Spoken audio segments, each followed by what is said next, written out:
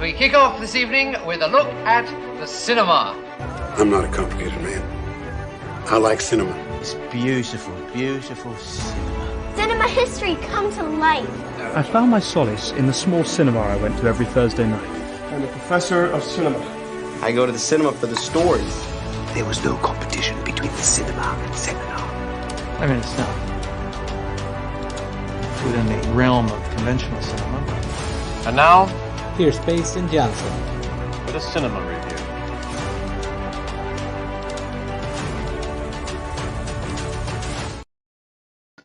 It is Monday, September 23rd, 2024, 8 EST, and thank you for joining me for another episode of Cinemaster's Reviews. Exciting episode this week. We are reviewing Transformers 1, the new Transformers film, as well as The Substance, the new horror film from Movie. I say we jump right in.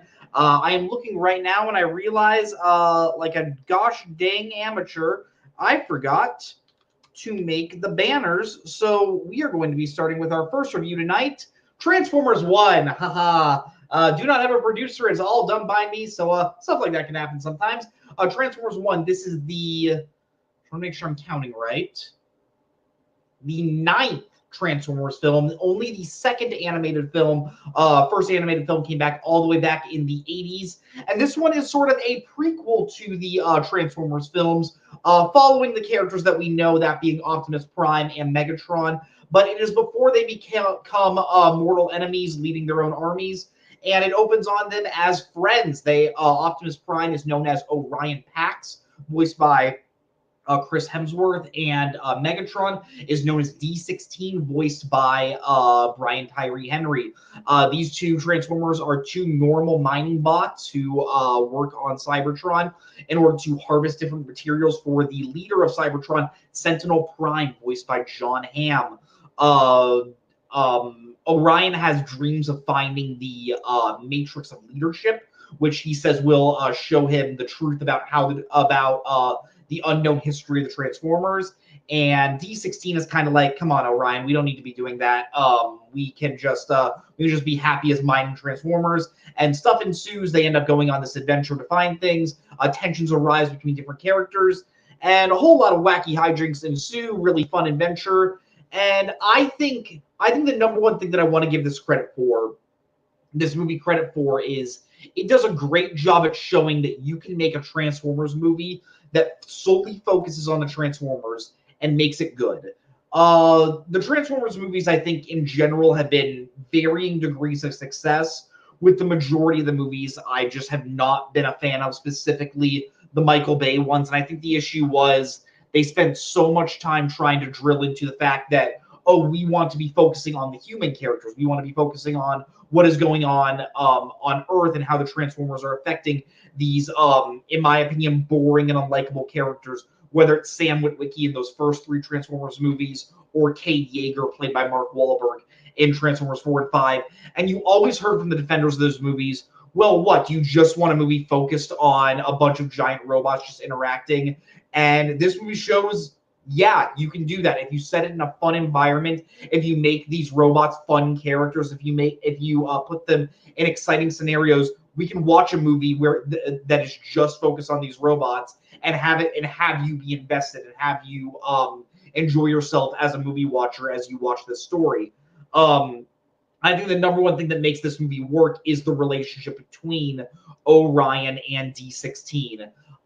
Seeing these characters, you wouldn't expect at first that these two characters end up becoming Optimus Prime and Megatron. Orion is this really goofy character that is always getting into trouble, always has this like knack for troublemaking. He's always doing things that he shouldn't be doing, whether it's like entering into tournaments when he should be at work, whether it's trespassing in order to gain knowledge. And D16 is the person who's always kind of like his conscience in a way that Orion doesn't listen to, and is always like, come on, Orion, we should just be doing our job. We can just live our lives. We shouldn't be getting into this trouble. Everything you do always has a negative impact on me. And that relationship, as the movie goes on, and them being so tightly wound as friends, is what makes it so likable to watch. When they do end up going on this adventure, D16 is initially reluctant, but he's like, well, Orion is my friend. I want to stick by his side, and I think that's what makes you so invested, and what ends up making you a little emotional because you know these two characters aren't going to end up being friends probably by the end of this movie. Andrew Barr says Cade Yeager was always a laughable name. Yeah, same thing with Mark Wahlberg's Texas accent in that movie. Woof. Awful two movies, Transformers: Age of Extinction and Last Night, are not necessarily Wahlberg's fault, but not good in those movies. But yeah, I think the main relationship between Orion and D16 are what makes this movie so much fun. The whole voice cast, I think, is great. Chris Hemsworth does a really good job as Orion, but I think the two standouts are, as I said, Brian Tyree Henry as D16. Without getting too much into it, although if you know that D16 is Megatron, you probably know where that character is going to be going towards the end of the film. A lot of the weight ends up going through his character. D16, in particular, takes a lot of change throughout the movie once he begins to learn the history of Cybertron, the history of the Transformers, and everything as to what happened with the war of the original Megatronus, who is D16's hero, which is why this is a spoiling why he takes the name of Megatron towards the end of the film. And I think Brian Tyree Henry does a great job at playing that no nonsense do-gooder, and by the end this guy that's like, no, I'm going to lead this army, I'm going to cause a revolution. And I think that's why it's so much why Brian Tyree Henry is just such a great actor. If you've seen him on Atlanta, if you've seen him in Causeway, he was nominated for an Oscar, and I think he's an actor that I'm always happy to see in really fun roles. And he seems to be having a lot of fun in this role. And the other major voice talent I want to give recognition to is Keegan-Michael Key, who plays B1127. If you know that character, you know he eventually becomes Bumblebee. Keegan-Michael Key, Bumblebee in particular, is a lot of the comic relief in this movie. When they meet Bumblebee, he's sort of like this outcast that works in like the underground of Cybertron, just sort of like smelting down parts. And when Orion and D16 are like, hey, do you want to join us on our adventure? He's just so excited. And Keegan-Michael Key has so many just funny lines in this movie. His last line in this movie, without spoiling it, had the entire theater bawling. It was so funny, and I think Keegan-Michael Key is just a really naturally talented, funny actor, and he brings a lot of energy to this role. I think that was really, really fun. Something I was a little bit hesitant is when I saw the trailer, I wasn't too sold on the animation. I think everything just looked a little bit too blocky. Watching the finished project, I was dead wrong. I think the animation looks beautiful in this. Yeah, it does look a little bit stilted, a little bit wooden, but not wooden, but like metallic. But at the end of the day, they're robots. It's supposed to look a little bit more like polish, a little bit more shiny, and I think that really helps it look good, and it adds that extra layer of satisfaction to the to the design. And the design of Cybertron as a whole is absolutely beautiful. Something I love about this movie is it absolutely uses the full wheel of color to its fullest effect.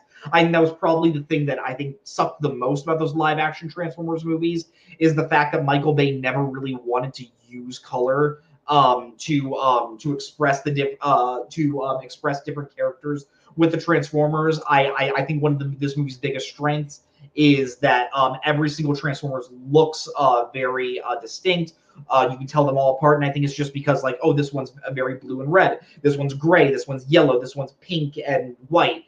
And I want to give Josh Cooley and the animators a lot of respect for going that extra mile to making everything look very, very distinct and look very fun. It reminded me a lot of, if you saw Bumblebee, which was probably the best Transformers movie up to this point, it reminded me a lot of the opening act of the opening prologue of that movie, where you are on Cybertron and you're watching this big battle.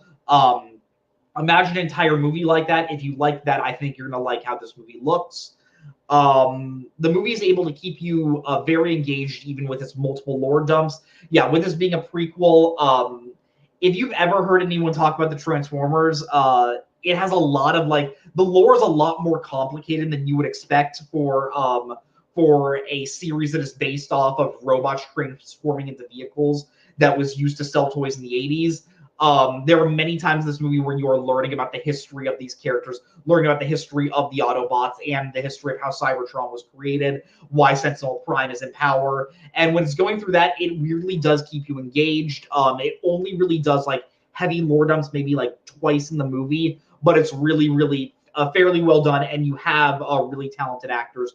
Not to spoil who does this, but really talented actors that are willing to sell these exposition scenes fairly well. If I were to talk about some negatives with this movie, considering that this is a movie where I think you know where things are going to end up, it's about the relationship of Optimus Prime and Megatron before they became Optimus Prime and Megatron. You know what's going to happen. You know Orion is going to go off and become this great hero, realize that he's the one that is supposed to lead these the Transformers to greatness, and D16 is going to go off and become Megatron, the person that eventually opposes Orion because he doesn't like his view on the world. Knowing where this movie is going to be going, I think you need a few other things that are going to kind of shock the audience in a way. And without spoiling too much, there is a villain reveal in this movie, and it is so telegraphed. When you meet this character, I think you realize that they are going to be the villain of this movie, and that they are going to be the one that is like really pulling the strings. And the movie doesn't really take any major strides to make you think like, oh, but maybe they aren't the villain. Maybe they are helping our heroes. No, the second you meet this character, I think you know, yeah, they're bad, and they have some bad history going on. And normally for a kids movie, even I wouldn't really hold that against it. But because this is a prequel to this huge franchise that has this huge legacy, and you know where these characters are going to end up, it is a little disappointing that I think you have nothing for the older audience members that can maybe see these certain things heading towards the audience before they really hit. And the other major issue I have, while the animation and the fight scenes are really cool, I do think the climactic battle is a little rushed. Again, this isn't really spoiling anything. The trailers showed that Orion and D16 would eventually become Optimus and Megatron throughout the movie. When their final little conflict happens towards the end, you have maybe like 5 minutes left of the movie, and it really feels like we've been building up to this moment, and then it's over so fast. I really do think like this movie was focused on other things and maybe just thought, hey, we'll get to the main conflict between Optimus and Megatron in the sequels, but this one we want to focus on them building to that, which would normally be okay. But when you do when you do still have a battle at the end, it does make you think like, man, that does feel a little bit undercooked.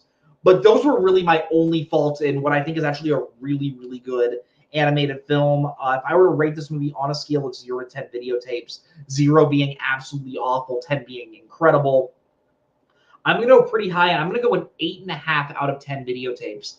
I think this movie and Teenage Mutant Ninja Turtles Mutant Mayhem last year showed when you're taking these properties from the 80s that were used to just sell toys, I think just making just full-fledged animated movies based off those properties is probably the way to go. And there is so much life in this movie.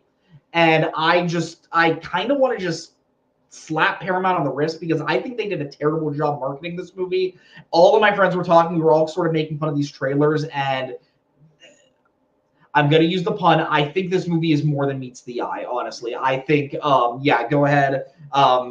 Say shame in the comments that was really bad. But I think this movie has a lot to offer. The relationship between the two main characters are great. A lot of funny moments. Really great looking movie. If you have the time, I would really recommend going to see this movie. I think it's one of the better franchise movies I've seen in a while. And even if you just want something to maybe take a younger audience to, I think this is a really, really great movie to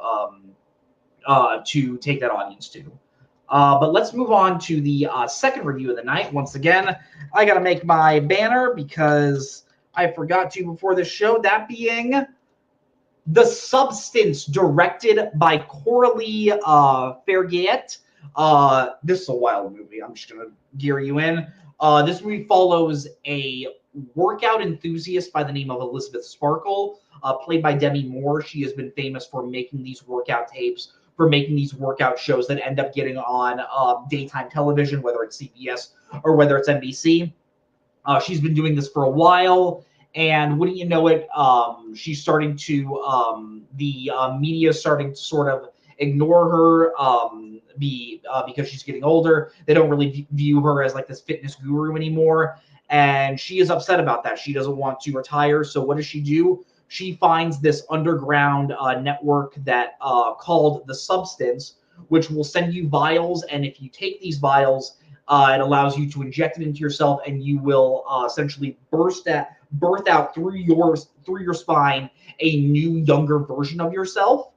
And if you go back and forth between this younger version and your old self, it essentially creates two new clones that can essentially coexist. And Elizabeth thinks, okay, I can use this technology to essentially lead a double life. I can become this new workout starlet and essentially regain my fame. But what do you know it? With stuff with cloning technology not quite being there, as you can probably expect, a lot of crazy things start happening in this movie. I don't know how much I can say without spoiling. All I will say is this is a phenomenal satirical body horror movie. If you have ever seen a Cronenberg movie, whether it's The Fly, whether it's Videodrome, if you like those types of movies, if you like movies with like these really gross practical effects of like skin cracking, of like blood pouring, of just like really gross gross creations, this is the movie for you, because that is what starts happening through this movie. It's rare. I was watching this film. It's a pretty long movie at like 2.5 hours, and it's rare that you get a movie that is this. It feels weird to describe this movie this way, but it's really the only way I can describe it, as fearless as this. This movie is not afraid to show anything. It is not afraid to go to the places that most movies wouldn't. This movie, if I'll just get to that out of the way. If nudity is something that bothers you, this is not the movie for you. There's a lot of nudity between both Demi Moore and Margaret Qualley. So if that's something that gets under your skin, probably should stay away from this movie. But like, from all the body horror effects, I was just so in from like minute one and just seeing where it goes. And I just could not expect where the plot of this film took us as we were watching it. I really want to give it credit for that. I think both Demi Moore and Margaret Qualley are excellent as both the older and younger clones, respectively. While the movie starts going, the younger clone starts saying like, "Oh well, what if I spend more time as the younger version?" But there are very clear rules when Demi Moore got the substance. It says, "Hey, if you start taking this, these are the guidelines you have to follow, and you have to spend equal time with both clones." And just things start happening to Demi Moore. She starts becoming more bitter. She starts becoming she starts to hate her younger self more. And I think that was really, really well done. Margaret Qualley is so great as like this young new starlet that like everyone is just so obsessed with. Dennis Quaid plays this really slimy producer, and I think he's really, really great in this role. But yeah, both Demi Moore and Margaret Qualley give so much to this like semi-dual role. Like, it's technically two characters, technically the same character, but it's really fun to see just where these two characters go. The themes of ageism and constantly replacing things, I think, is handled perfectly. Obviously, with this movie about someone like Demi Moore like getting older and like just like this industry sort of tossing it aside and like just replacing it with Margaret Qualley with this newer actress, I think is really, really great. And just the themes this movie does handle, it handles it in a very non-subtle way, with it being like this extreme body horror film. But I do think those themes are really, really fun. And horror, when you have horror that is super thematic like this, that tends to be my favorite type of horror. So I want to give this movie props for that. And you rarely have directors like Corley Fargate that are willing to go that crazy with it. Like I said, she just handles these themes with an incredible amount of flair. I do want to say the score by Rafferty is amazing. It goes from like this really like heart-pounding score, like a lot of drum beats, lot of really like sensory overload scenes, Like it kind of feels like I'm watching like a Gaspar Noé film. If you've ever seen Enter the Void or Climax, it really seems like you're watching these with some of the workout tape scenes.